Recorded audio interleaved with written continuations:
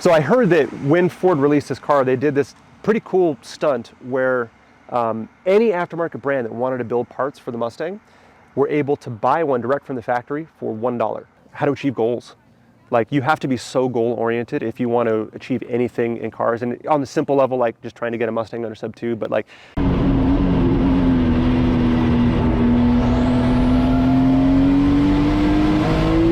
what's up, guys? Welcome back to sub2club. We're here with Nic Romano. Before we get into the car, let's talk about what you did with this car. What was your plan? How did you execute it and such? Sure. So the whole purpose of this car, there's actually kind of a lot of purposes. So originally I bought this car to be a rental car for Fast Sideways because a lot of students, most students use their own car, but every now and then we'll get somebody who either drives an all-wheel drive or front-wheel drive car on track, and obviously that doesn't work so well at a class about car control where we're sliding the cars around, or they come from out of state and they just, for whatever reason, they need a different car to drive. So I like to have a car that people can rent. So that was the first primary purpose of getting this Mustang. And then I also wanted a car that I could just drive on the street. And I always kind of liked these and figured, okay, then maybe that'll be a good street car. And then my lovely girlfriend, who is an enabler, just sort of convinced me that, hey, why not, you know, actually like drive the car on track and maybe time attack it a little bit and have some fun with it. And I was like, you're right. Don't have to tell me twice to dump stupid money into another stupid car. So that's what I did. So, and then this plan just sort of formulated of, okay, so what exactly am I going to do with it? I want to keep the car simple because I don't want it complicated for people who are renting it. I want it just very basic. So everybody knows about the 2-minute barrier at Buttonwillow. Obviously anybody watching this channel knows about the sub2club. That became the goal. It's like, okay, well, can I get this car under 2 minutes with really simple modifications? And then that turned into, well, I wonder how cheaply you could go under 2 minutes. And not just with this car, like with any car. If you include the purchase price of the car and all the modifications, including the tires, how cheaply could me or anyone get under 2 minutes in any car? Any like road, and I made some like rules, like it has to be a road car. I wanted to run 100 tread wear tires, so I made the rules to suit myself, obviously. So 100 tread wear or higher, no Hoosiers or anything like that. And it was just, this is kind of fun challenge. Let's see how cheaply we can go sub 2. So that became the goal of this car. How cheaply, for how few dollars, including the purchase price of the car, can I get under sub 2? And the car cost me about $6,300. Because I got it like right at the very bottom of the value of these S197s. It was perfect. Things started to go a little bit nuts after that. They're still cheap, but not quite that cheap. I took the car to the track for the first time. It was totally stock. The tires on it were like 9-year-old all seasons. It had stock, probably Duralast brakes, which lasted about half of one braking zone. And I took it to streets. And even with that super compromised setup, it was still at 1 minute 35. Before the repave. So I was like, okay, well, that's actually not that bad. It's better than I expected. Everybody talks total crap about how Mustangs drive and how they handle. So I was pleasantly surprised, and it was better than I thought it would be. But so that was just a shakedown. Then I took it to Buttonwillow for the first test. I think I put the suspension in, which is super basic. It's just Bilstein HDs, Ford lowering springs, sway bars, and an adjustable panhard bar. And I bought all that stuff used as well. I think I paid $500 for all of it. Thank you, Tony, for hooking me up with all that stuff. So it had all that, but it still had the stock brakes and it still had those 9-year-old all seasons. I took it to Buttonwillow 13CW, and I believe that was a 209. I mean, 9 seconds, like, it's not nothing, but I thought it was going to be like a 215. So already I was like, okay, this is, you know, we're off to a good start. Pretty happy with that. Then I got brakes and I got wheels and tires, and just because I thought it was going to take a long time to do this whole process, so I just bought some cheap like Federal RS Pros, because I was like, okay, well, these aren't going to be the final tires, but at least while I'm like dialing in the rest of the car, I'll just have some cheap rubber on it. So I got those, and I got I think the G-Lock R16s, because the brakes are really not large enough for the weight of the car. So I was like, let me overcompensate and get some like legit endurance pads to deal with the heat. Those and some Motul RT660, I believe, and then those tires were done. So those got thrown away, and I bought some Maxxis RC1s. Because I'm cheap, I bought the old version because they were on sale. They were like $265s, I think. So I put those on, and I think then I also got camber bolts, because I didn't have any camber yet. It was like half a degree camber in the front or less, and it's a stick axle, so no camber in the back. So I got camber bolts, and I got a whole whopping 0.7 degrees of negative camber in the front because race car. So I got those, and I got the Maxxis, and I think the rest of it stayed the same. And I took it to Buttonwillow again, and I believe that time was a 202. Oh. Yeah, so I was like, oh my God, we're getting so close. Yeah. And I think it was at that day while I was filming the video for it, and I was doing like my closing, my outro, just talking about the day, and like I turned around to point at the car and I noticed all this oil all over that wheel. I was like, uh-oh, something's wrong. I thought it was brake fluid at first, but it turned out that the rear axle seal had died and it was just dumping oil everywhere. And that began the saga of pain, trying to deal with the rear end. So it still had the stock, like quasi-limited slip that were not that good when they were new, and it has like almost 200,000 miles on it. So it was like totally torched.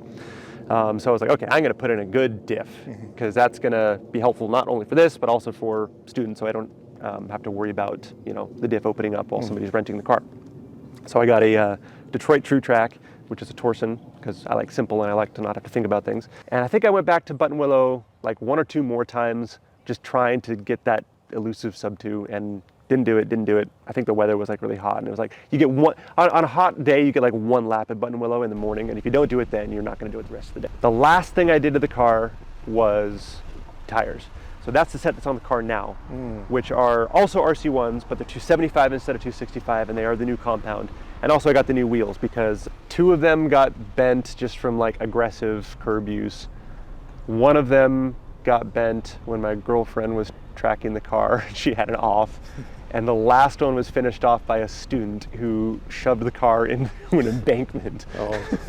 we hit the embankment hard enough that the car went up on 2 wheels. And I was like, oh, we're going over. And then it poof, slammed back down. So I had to replace like a control arm, the panhard bar, an axle. Surprisingly, like the frame was fine. These things are pretty hardy. They're sturdy cars, which is why they're so heavy. Yeah, so those wheels were done. So then I got these, which are the the VS5 RS, which are Apex's forged wheels, and I think they look awesome. They're a little bit lighter and stronger. They do look great on this car, particularly. Yeah. Same size, but now it's a 275 tire, and it's a little bit of a grippier compound. So I put those on, and I was like, please let this be enough.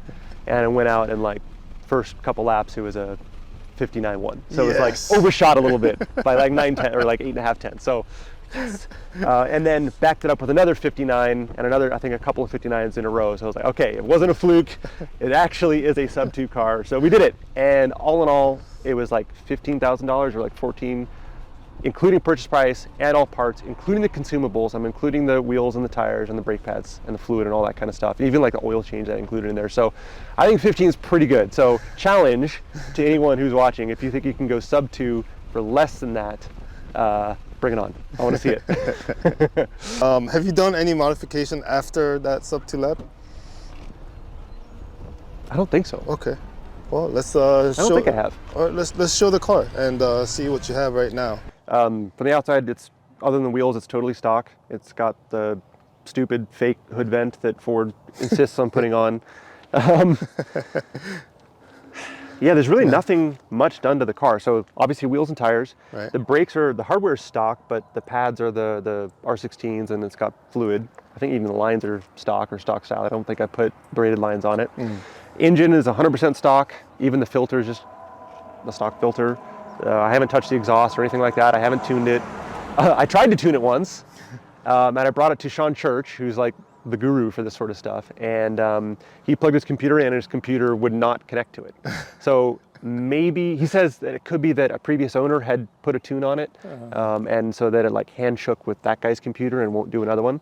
So it's got the stock tune on it now because it passes smog, but I can no longer tune it. So I'm stuck with whatever the stock power is.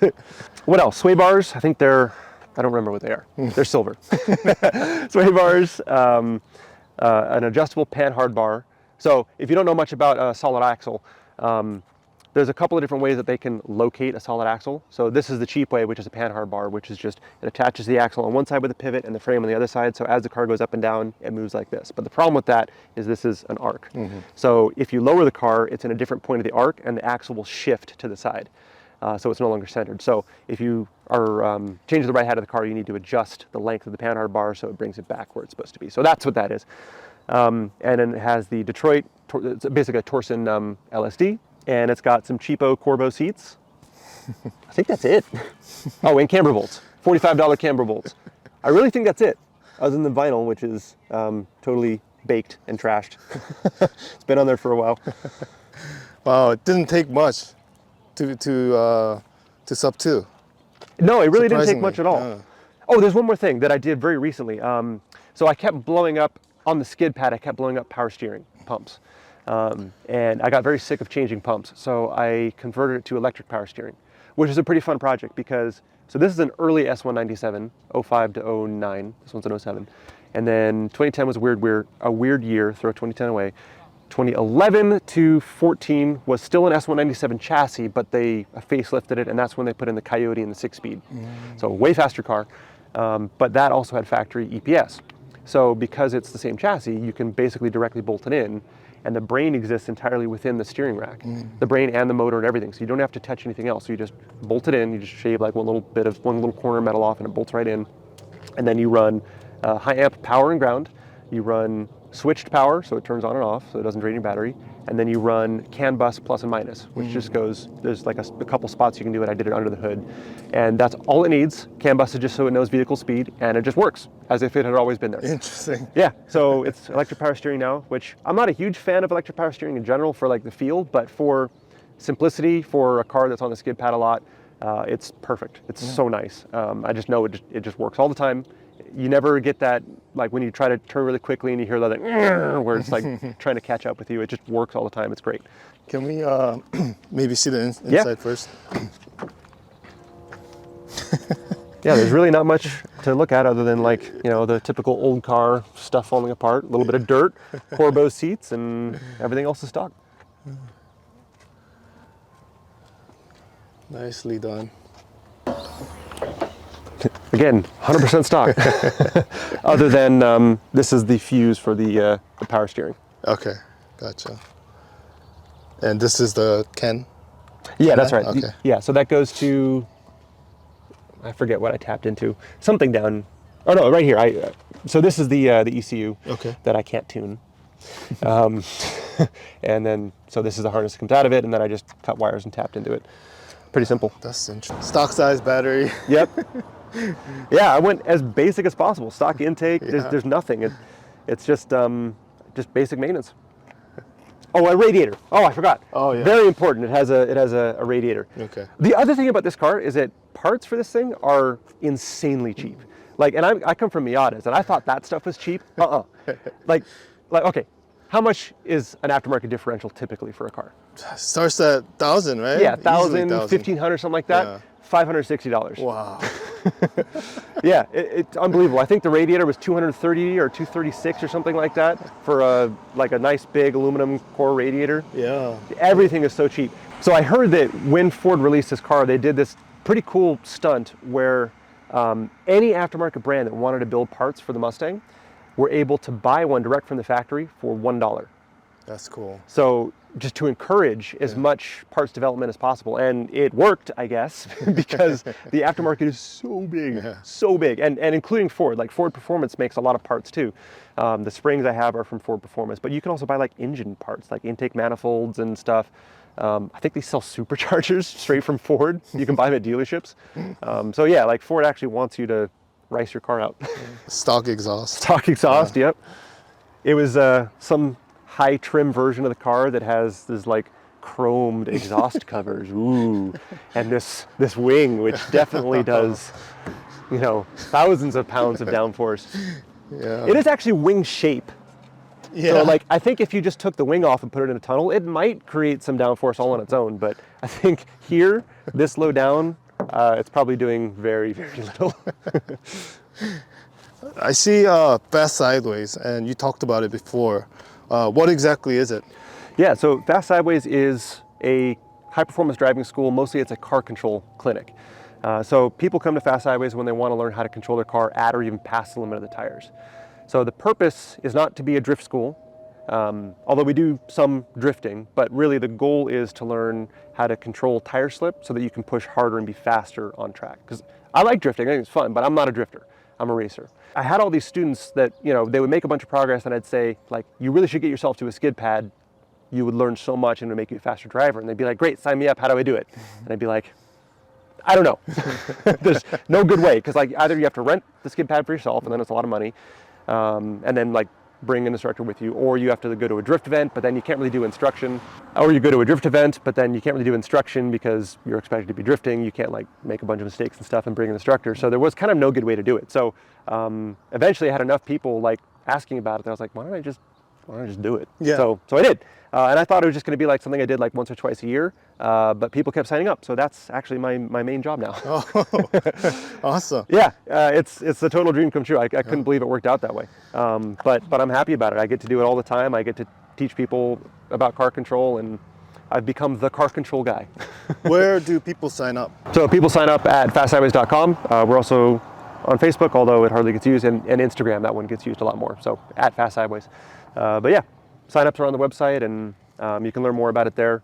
And then I've got a little bit about it on the YouTube channel as well, Okay. which is Nic Romano Racing. Awesome. I should do that without taking my Do notes. people get to drive this car or their car or whatever they choose? So most people drive their own car, but this car is available for rent, as well as there's some other rental options as well, depending on what you're looking for. Like if somebody races in spec Miata, I'm going to put them in a spec Miata. That's unless they specifically want this car, but that's going to be most suited to what their goals are, right? But yeah, this car is available. Couldn't even tell you how many students have rented it. It's been driven by a lot of people, and only crashed once. Besides Fast Sideways, what else do you do nowadays? So I do a whole lot of coaching. So I've got like one main client who's racing the Porsche Sprint Challenge series, so I follow her around the country and that sort of thing. But then I also race in WRL for Palomar Racing. So we've got a couple of E36s that we're racing in the GP1 class. They're also they're a vintage racing group, so that's where they started. And I started driving their 1968 Ginetta, which was just incredible. It's like total bucket list dream car. It's an incredible car. If you don't know what it is, it's this little open top British mid-engine sports racer. It's got a BMW, like a 2002 engine called the M10, but it's tuned up to like 220 horsepower. But the car weighs 1,350 pounds, 1,500 on the dot with me in it. So the power to weight is like, I think slightly better than a McLaren 570S. And it's like an H-pattern dog box. It's right-hand drive, but also right-hand shift. And it's just this tiny little incredible, it's amazing. It's so fun. What does sub2 mean to you? Okay, so Buttonwillow is a pretty special track because of who goes there. There's a lot of like really high-end time attack competitions that go there. So it's a really good track for comparing your times, because everybody's got a 13 CW time, and you've got these incredibly highly built cars in these different time attack classes, and you can always compare what you're doing to those other cars and see where you're at. 2 minutes is just sort of this benchmark time. And you know, at this point in 2023, any competition car pretty much is like in the 40s or lower, right? Any of the serious stuff. It's more of something for the enthusiast, right? It's not about the super built up cars, because if you're not sub 2 with a super built up car, like, go back to school. Come to Fast Sideways. But for the enthusiast who's just like, maybe it's your daily and you're just trying to, you know, do some simple stuff to it and just see how far you can get, sub 2 is that benchmark. So, and even though like I do race and I do, you know, build some of these other cars and everything, I'm still an enthusiast at heart. Like I have this car. Like it's still meaningful to me to be able to get under that benchmark time. So it's just fun. It's for fun. What things about life do you learn through cars? My entire life has been around cars. Yeah. I started racing when I was 9 years old. So it's kind of difficult for me to separate cars and life, because they are one and the same for me. They have been my whole life. Everybody pretty much, no, not pretty much, everybody who's important to me in my life, I've met through cars. All of my best friends, my girlfriend, I mean, even my family, they're into cars as well. Like my dad and I were always, when I was really little, watching NASCAR and IndyCar together. So I can't remember a time in my life when I wasn't dealing with cars. And I remember like when I was 15, 16 years old and like first able to like actually start playing with cars and working on that sort of thing, it was the only thing that mattered. Like every dollar I made existed specifically to put into my Miata. Nothing else mattered, and it seemed like obvious. Like why wouldn't that be the way that it is? So I know that's kind of like I haven't directly answered your question, but it's just it just is who I am, right? It's every part of who I am is cars. But there are a lot of like specific lessons you can learn from cars as well, like how to achieve goals. Like you have to be so goal oriented if you want to achieve anything in cars. And on the simple level, like just trying to get a Mustang under sub 2, but like endurance racing with Palomar, oh my God, that's to do like we did the 25 hours of Thunder Hill. To accomplish that, to get a car to finish that race, let alone do well, is such an insane undertaking. The personnel you need, the equipment you need, the prep work you need. The team's in San Diego. The race is near Sacramento. So just getting everything there. We had the rig, which had the 2 cars. We had a trailer that was literally just tires. We rented this big box trailer that was just tires. Because you go through a lot of tires in 25 hours with 2 cars.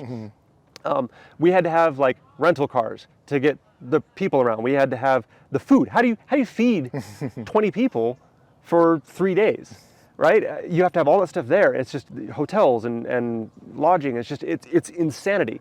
And that's before you even put a car on the track. It's about being detail oriented, and it's about thinking ahead. There's a word for that I can't think of because I'm dumb. I can't think of it either. So. Write in the comments what that word is supposed to be. And that's before the car even makes it on the track. Then you have to have the right people in the car. You have to be able to pay for all this. So you need to find people who can who have the talent to drive the car and not wreck it and make it to the end, and also can afford to rent a seat.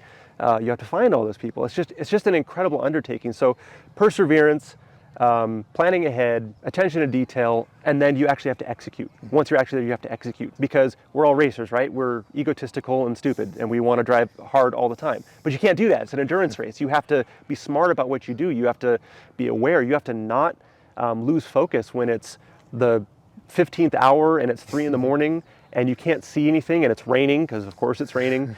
And you have to keep the car on the track and not get nailed by somebody who's also falling asleep. It's insanity. There's a ton of lessons you can learn just from that isolated event. Yeah, and that is my life. Any last thing you want to say, Nick? Cars are great. Keep doing cars. Try the challenge. If you can beat me, I'll think of some kind of prize. Write in the comments, what do you think a good prize would be? Maybe some like big discount for Fast Sideways or something like that, and or maybe like come and track this car or something like that. I don't know if anybody would want to track a basically stock Mustang, but we'll think of something.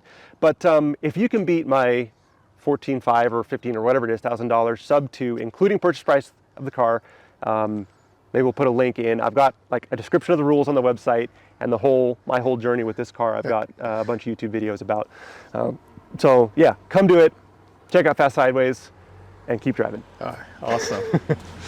Thank you guys for watching. We'll see you at the next one.